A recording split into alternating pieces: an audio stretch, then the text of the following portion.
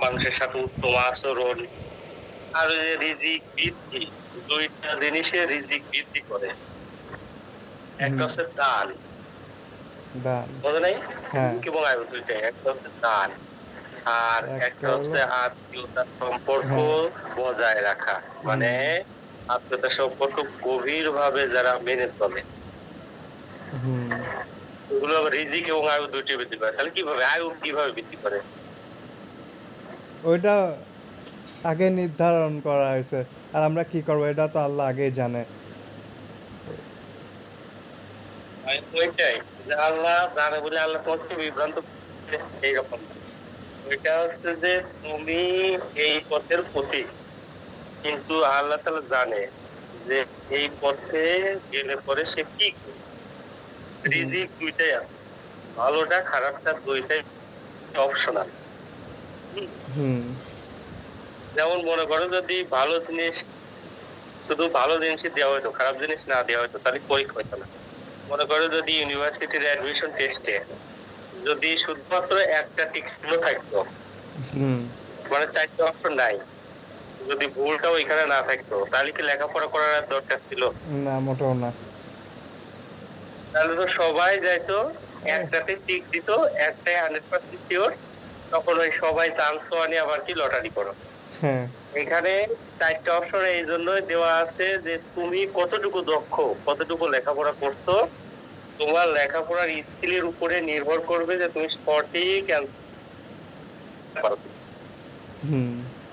এজন্য রিজিক হারামটাও দেওয়া হয়েছে, হালালটাও দেওয়া হালালটাও হয়েছে। দেওয়া হয়েছে। শুকরকেও সৃষ্টি করা হয়েছে, কুকুরকেও সৃষ্টি করা হয়েছে, গরুকেও সৃষ্টি করা হয়েছে, ছাগলকেও সৃষ্টি করা হয়েছে।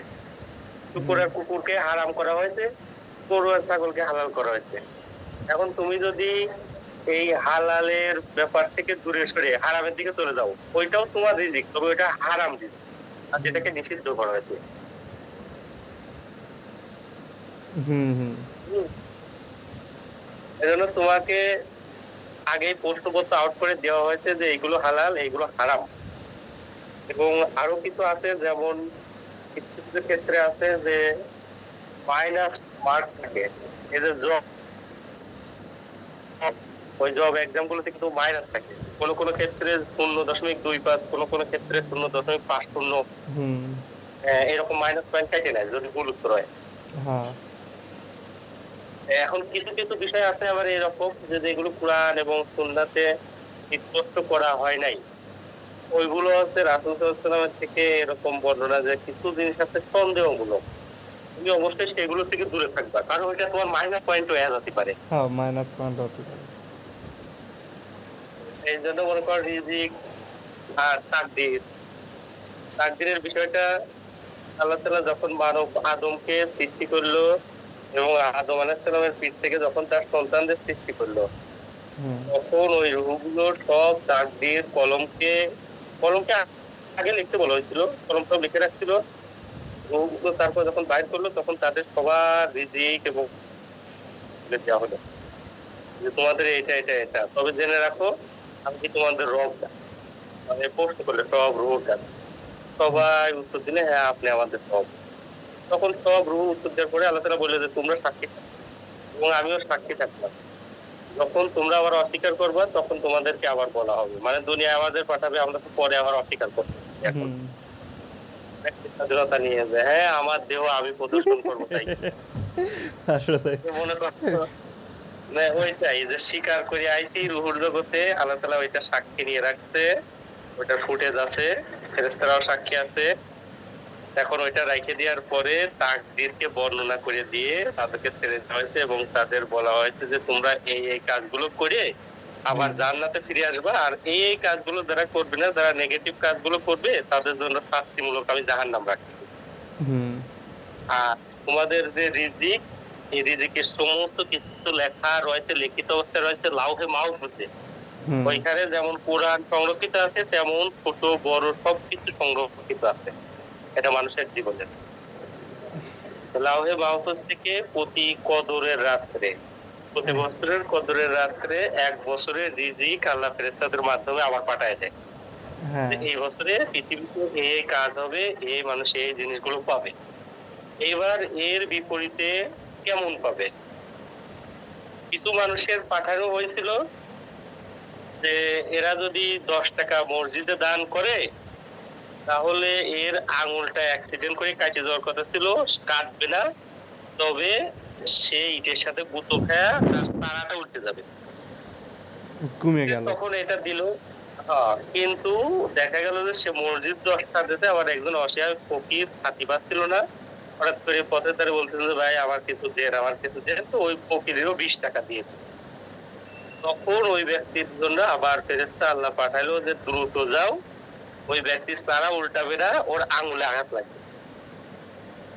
হুম, হালকা এটা এটা কমে হচ্ছে গেল। তোমার সেই দানের মাধ্যমে। সে হ্যাঁ, ওই তোমার সাজা শেষ হয়ে গেল। হ্যাঁ। কিন্তু সাজা থাকলো, একটা কথা ছিল আঙুল কাটে যাওয়ার।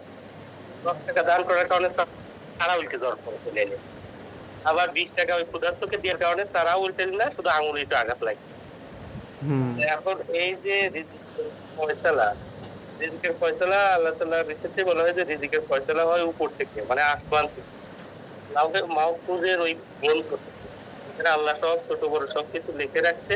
সূরা কলমের ভিতর দেখবা।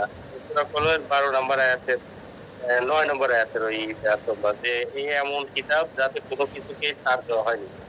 ছোট বড় সব কিছুকে লিপিবদ্ধ করা হয়েছে। হুম? হুম। এখন মনে করো যে এই তাকদীরের বিষয়টা হচ্ছে যারা ঈমানদার তারা কঠিন আকারে বিশ্বাস করে এবং কাজ করে। কারণ সূরা রাদের মধ্যে আবার আল্লাহ তাআলা বলছে, সম্ভবত 11 নম্বর আয়াত, যে যেই জাতি, যেই কওম তাদের ভাগ্যকে পরিবর্তন করার চেষ্টা করে না, আল্লাহ তাআলা তাদের ভাগ্য পরিবর্তন করেন না। হুম। আল্লাহ তাআলা অপশন দেন। এইজন্য সূরা জুমার পরেও বলা হয়েছে, জুমার 10 আয়াত শেষে যে যখন তোমাদের সালাত শেষ হয়ে যায় হুম। তখন তোমরা জমিনে ছড়িয়ে পড়ো। রিজিকের হালাল রিজিক সন্তান। অন্বেষণ। হুম। আল্লাহ তো বলতে পারতো যে এই জিকিরই আবার লাইগা যাও।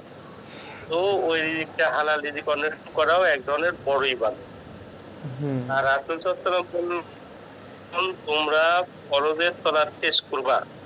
ফরজের সালাত শেষ করার পরে তোমরা তোমাদের রিজিক অন্বেষণের কাজে লেগে যাবা আল্লাহর নাম নিয়ে। এটাও তোমাদের জন্য ইবাদত। এবং যে ব্যক্তি সূর্যোদয়ের পূর্বেই আর না ঘুমিয়ে তার রিজিক অন্বেষণ অথবা যেকোনো কাজের জন্য লেগে যায়, ওইটাতে আল্লাহ ভরপুর বরকত দেয়। হুম। বরকতময় সময়। মনে করো রিজিক রিজিক আসলে ওই যে ওইভাবে আমাদের মতো করে না, আমরা যেভাবে বুঝি আরকি। যে ভাগ্যে আছে ওবি আনে। ভাগ্যে আছে হবে ওইটাই ঠিক, তবে এক্সট্রা পাতি হলে পরে। তবে এমন হতে পারে তোমার ভাগ্যে 19 বছরে যেটা তোমার আল্লাহর কাছে দয়া করে মানে দোয়ার মাধ্যমে পাওয়ার দরকার, অথবা তোমার চেষ্টার দ্বারা পাওয়ার দরকার। তুমি চেষ্টা করো নাই, আমি চেষ্টা করি নাই। এইটা হয়তো শেষ পর্যন্ত যখন 52 বছর বয়স, আল্লাহ রিজিকের এই সবটুকু তখন তোমার দেশ। আল্লাহ কিন্তু দেবে, কখন দেবে সেটা আল্লাহ তোমার বলে নাই। হ্যাঁ, ওটা আমরা দোয়ার মাধ্যমে হয়তো চেয়ে নিলে এটা আগে আগে পাবো। না হলে সে তার ইচ্ছা মতো হ্যাঁ, দেবে আর দোয়ার কি। মাধ্যমে যত পাওয়া যাবে ততই করা যাবে। কারণ ওই যে তিরমিজির একটা হাদিস আছে না, ওই যে 3370 সম্ভবত, যে যখন কোনো বান্দা আল্লাহর কাছে 2 হাত তুলে দোয়া করে, আল্লাহ সেই হাত ফিরিয়ে দিতে লজ্জাবোধ করে। হুম। এই জন্য মনে করে যে আল্লাহ দেবে, হয়তো এর টাইম ফিক্স নাই যে হয়তো তুমি 12 বছরে পেয়ে যাবা বা 20 বছর 22 বছরে পেয়ে যাবে, এমন কিছু না। তোমার বয়স এইদিকে তুমি অনেক কষ্ট করছো, তুমি একদম মর্মর অবস্থা, রিজিকের এই করে শেষে 52 বছর বয়স, তখন তখন মনে করো ভরপুর। তোমার টাকা পয়সা ধন দৌলত সবই আসতেছে, কিন্তু তুমি আসলে ওইভাবে তখন স্বাচ্ছন্দ্য ভোগ করতে পারতেছো না। তখন ভরপুর চলে আসলো। আমি এই যদি আগে চাইতাম তাহলে আমার আগে চলে আসতো। যেমন যখন বিয়ে শাদী করার জন্য যদি আগে আগে চাইতাম তাহলে বিয়ে শাদী আগে হয়ে যেত। ওইটাই চাওয়া লাগবে, দোয়া করা লাগবে, চেষ্টা করা লাগবে। হুম। চেষ্টা না করলে হবে না। হ্যাঁ, দোয়ার তারপরে মনে মাধ্যমে করো যে ভাগ্য পরিবর্তন হয় আর কি। মানে পরিবর্তন বলতে এটা আমি আগে পাবো, যেটা পরে পাইতাম আল্লাহ ওইটা আল্লাহ আমার আগে দেবে, এরকম একটা ব্যাপার স্যাপার। তারপরে আরেকটা জিনিস দেখবে, কিছু কিছু লোক এরা কিন্তু যে বিজনেস যখন করে তখন খালি পায় না, তখন আত্মীয় স্বজন সবাই আপেল কমলা আঙুর ফল নিয়ে আসে, পরে তার কিন্তু ওই জুস বানা দেয়, গাল দিয়ে দেয়, পড়ে যায়, এমনি পড়ে যায়, খাতি পায় না। হুম। ওই যে তখন অসুস্থ, তার কাছে ওই উপভোগ্য হয় না, ওইটাও তার রিজিক। হ্যাঁ, ওরাও তার রিজিক। না হলে তার কাছে কিন্তু আসতো ওই না যে তো। সুখের সময় থাকলো না। হুম? এই জন্য মানুষের সুখের সময় পাইতে হলে মানুষের চেয়ে নিতে হবে। হুম। আর রিজিক ধারাবাহিকতা বজায় রাখতে হলে ইবাদত বন্দি করতে হবে, কারণ রাসূল সাল্লাল্লাহু আলাইহি ওয়াসাল্লাম হাদিস আছে, তিরমিজির হাদিস, যদি কোনো ব্যক্তি অধিক পরিমাণ নেক কাজ করে তাহলে আল্লাহ তার রিজিক বাড়ায় দেয়। আর যখন কেউ অধিক পরিমাণ পাপে লিপ্ত হয় তখন আস্তে আস্তে রিজিক কেটে যায়। হুম। এখন রিজিক বলতে বিভিন্ন দিক আছে। একটা রিজিক, বিষয় হ্যাঁ। হচ্ছে রিজিক বলতে মানে রিজিক তো এটা বিশাল সার্বিক বিষয়। হ্যাঁ, সুস্থতা, মান সুস্থতা, ইজ্জত, মানুষের মানে কাছে সম্মান, সমাজের স্ট্যাটাস, পরিবারের শান্তি, তারপর মনে করে যে নেক কাজ, নেক্সট সন্তান, দিনকে ঘুম করার ব্যবস্থা, সবকিছুই আরকি। প্রতিবেশীর সাথে উত্তম ব্যবহার হয়ে যায়, প্রতিবেশী ভালোবাসে। তারপরে মনে করে যে নামাজ পড়ার মতো সামর্থ্য, সময় টু সময় মানে টাইম টু টাইমে যাইতে পারবা। তারপরে হুম। হালাল বুঝার চিন্তা, হারাম বুঝার চিন্তা, এগুলোকে আল্লাহ দিয়ে দেয়। জ্ঞান স্বচ্ছ করে দেয়। রিজিক সার্বিক বিষয়। রিজিক শুধুমাত্র অর্থ এবং মানে সুখের সাথে সম্পৃক্ত না। হুম। এই সার্বিক বিষয়টাকে আমরা ছোট করে নিচ্ছি, এই জন্য আমরা ভাবতেছি যে আমার রিজিক কম। এটাই বড় সমস্যা। হুম, আমরা আরো ভাবি যে রিজিক মনে হয় যে শুধু খাওয়া দাওয়া এই সবটা। দেখেন অনেকেই ভাবে ওই যে এটা। শাইখ রিজিক, মুক্তার আহমেদ আছে না? হ্যাঁ। শাইখ মুক্তার আহমেদ বলছিল, ওই ওনার একটা লেকচার আমি শুনছিলাম, তখন বলছিল যে আমরা কত বোকা, আমরা রিজিক বলতে শুধু বুঝি যে আমাদের ২ তলা বাড়ি হলো না কেন, ৩ তলা বাড়ি হলো না কেন, আল্লাহ বলেছে রিজিক দিবে তোমাদেরকে যারা আল্লাহর পথে চলে। হতে পারে রিজিক মানে প্রতিদিনকার খাবারের ব্যবস্থাটাও, যেটা অনেকেই পায় না, সেটা আপনি পাচ্ছেন। হুম, এটাও রিজিক। আপনি কোনো রিজিককেই ছোট করে দেখতে পারেন না। সেটাই। এজন্য আমরা আমরা ব্যাপক আকারে চিন্তা করি না তো। আমরা তো চিন্তা করি মনে করেন সমাজ ব্যবস্থায় আমার ওই যে টাকা পয়সা না থাকলে গরিব ধনী করে, একটু ই হলি করে ওলি করে আমরা বলি আমার রিজিক, আমার কপাল। হুম, আমার কপাল নাই, কপাল খারাপ। অথচ তোমার মনে করো যে তোমার মনে করলাম যে তোমার ১০ লাখ টাকা হয়ে গেল, আমার ১০ লাখ টাকা হলো। আমার হঠাৎ করে একটা হাত কাটা পড়ে গেল। কি মনে হলো তোমার? হুম, রিজিক কোন পাইতে গেল? টাকা পুরো গেল হাত কাটাতে। টাকা থাকলোই, হাতটা থাকলে কি কেটে গেল। হাতটা তো নাই। এইবার এইবার মনে করো যে তোমার কাছে ওই টাকা নেই।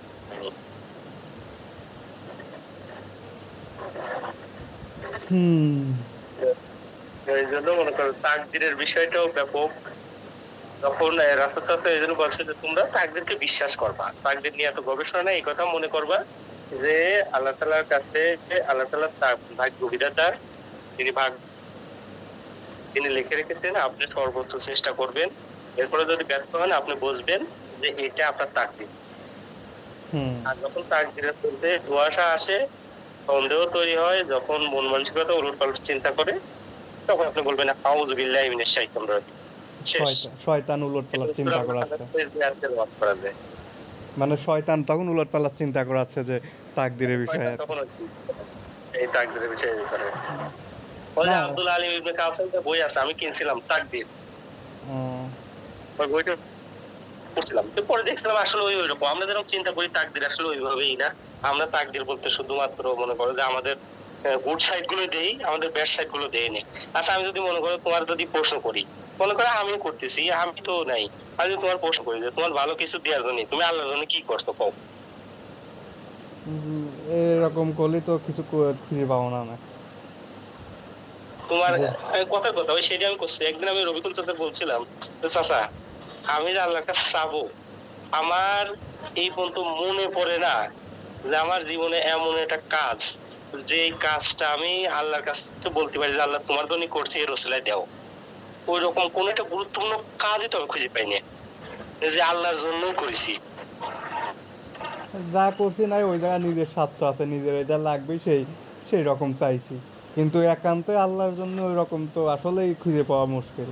সেইভাবে করছি যে শুধুমাত্র আল্লাহর ভয় করে ওই কাজটা করতেছি অথবা ওই কাজটা করেছি, এরকম একটা আমল তো আমাদের নাই। এতদিন বই নামাজ পড়ছি, এই নামাজ পড়ার পরে আমরা কি এরকম করতে পারবো না কোনো সময়, যে আল্লাহ তোমার জন্যই এই কাজটা করছি, এরকম বলার সাহস বুকে কারোর আছে? তো আল্লাহ কথা আসলে তো জবর কথা। তাই বললাম যে ওই যে বুখারীর ৩৩৭০ নম্বর হাদিসটা, যে ৩ জন ব্যক্তি পাহাড়ের চূড়ায় ঘুরতে গেল। ওই তো যে তখন আটকা পড়ে একটু গেল ওই ঝড় বাতাস গল্পটা। শুরু হতে গেল, তখন তারা একটা গুহার মধ্যে আশ্রয় নিল। আশ্রয় নেওয়ার পরে একটা বড় পাথর গড়িয়ে এসে তাদের গুহার মুখটা বন্ধ হয়ে গেল। তখন আর তারা বেড়াতে পারে না।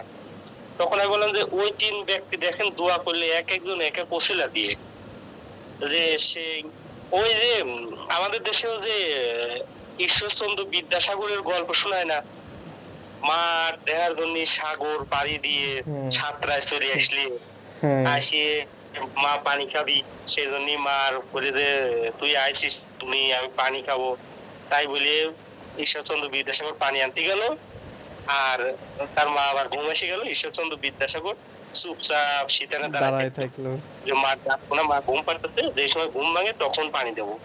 তো এইভাবে সকাল হয়ে গেল, ভোর হয়ে গেল। তখন তার মা জেগে দেখলো যে ঈশ্বরচন্দ্র বিদ্যাসাগর সে পাশে দাঁড়ায় আছে।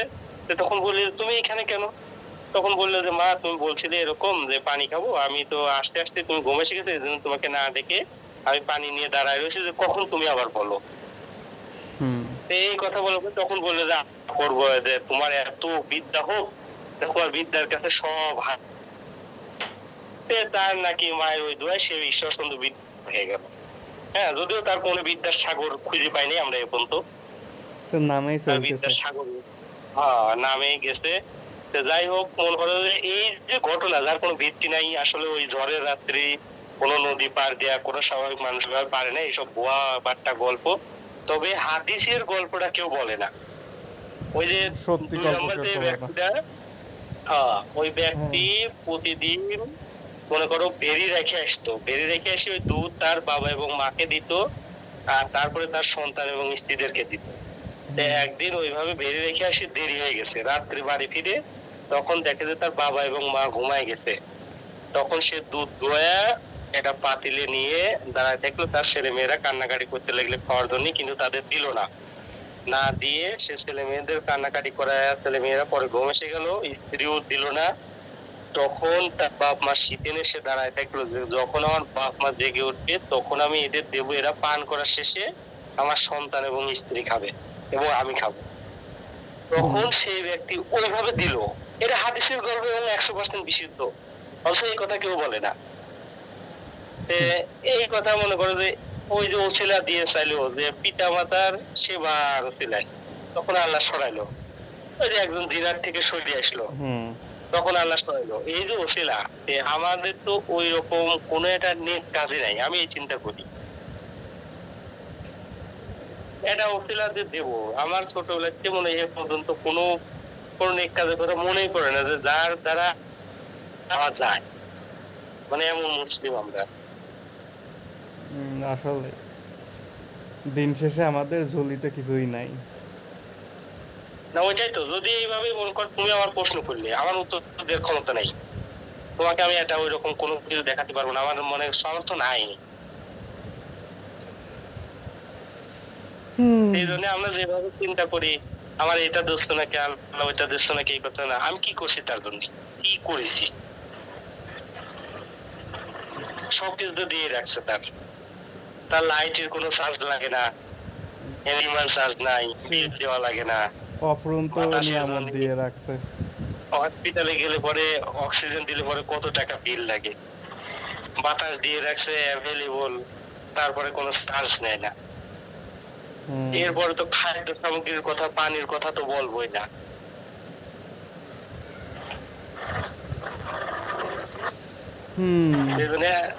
মানুষ মানুষ খুব অকৃতজ্ঞ। আল্লাহ তাআলা এটা বলছে, দেখবা সম্ভবত ইন্নাল ইনসানা ফি লাকানুত নাকি জানো, ইন্নাল ইনসানা, এই আয়াতটা, যে আসলে মানুষ খুব অকৃতজ্ঞ, তার বড় রবের প্রতি অকৃতজ্ঞ। আল্লাহ নিজেই বলে দিয়েছে, আল্লাহ তো জানে আমাদের স্বভাব চরিত্র তো জানে। এই যে বনি ইসরাইলে তো বিশাল এক কাহিনী। আমি মুই যতই মুফতি সাহেব সাজে না কে, ওই মুফতি সাহেব আল্লাহর কাছে দাম নাই। কারণ আমার কি হিসাব হবে আর আমি কি আমল করছি, আল্লাহ সবচেয়ে ভালো জানে, আর তারপরে আমি জানি।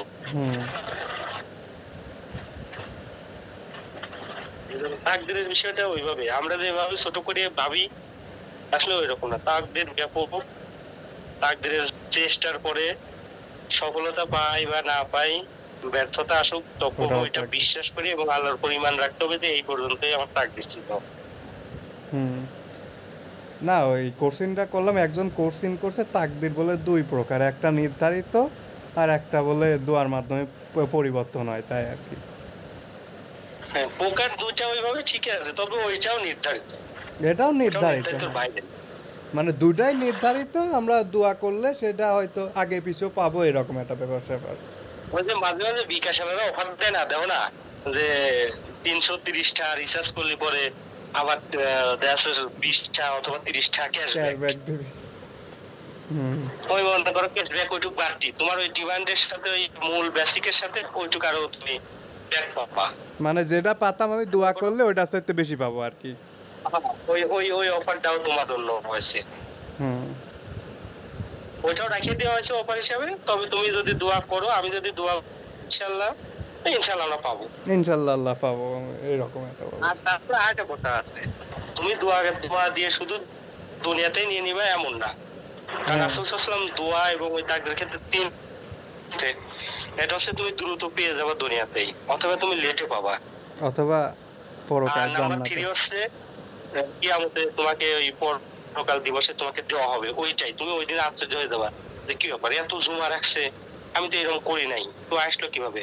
তখন ওইটা থাকবে যে এরকম দোয়া করার পরেও হতাশ হয়নি, দোয়া করার পরেও কখনো দোয়া ছেড়ে দেয়নি, মানে এদের সব ধৈর্য জমা ধরে রয়েছে, আছে আর কি। এরা আসলে দেওয়া হবে। এই জন্য না পারলেও আবার আমরা যেভাবে বিধ্বস্ত হয়ে যাই হুম। ওইটাও নিয়ম বহির্ভূত, যদিও আমাদের ধৈর্য আসলে খুবই কম। হুম। তবে যে মানুষ একটা কথা বলে যে আল্লাহ ধৈর্যশীলদের সাথে আছেন, কথাটা আসলে কিন্তু ওই অ্যাভেলেবল মানে অর্ডিনারি পিপল, সাধারণ লোকজন যারা থাকে ওদের জন্যই। কিন্তু বাস্তবিক ইসলামিক লোকের জন্যই আসে যে আল্লাহ তাআলা বলতে যারা সলাতের মাধ্যমে আল্লাহর কাছে প্রার্থনা করবে এবং ধৈর্য ধারণ করে, আল্লাহ তাদের সাথে আছে। হুম। এই জন্য সলাতের সাথে থেকে যারা ধৈর্য সহকারে নেয় তাদের সাথে আল্লাহ আছে, বাদ বাকি যারা ধৈর্যশীল তাদের সাথে শয়তান আছে, সমস্যা নেই। হুম। তা রান্না বান্না করছেন?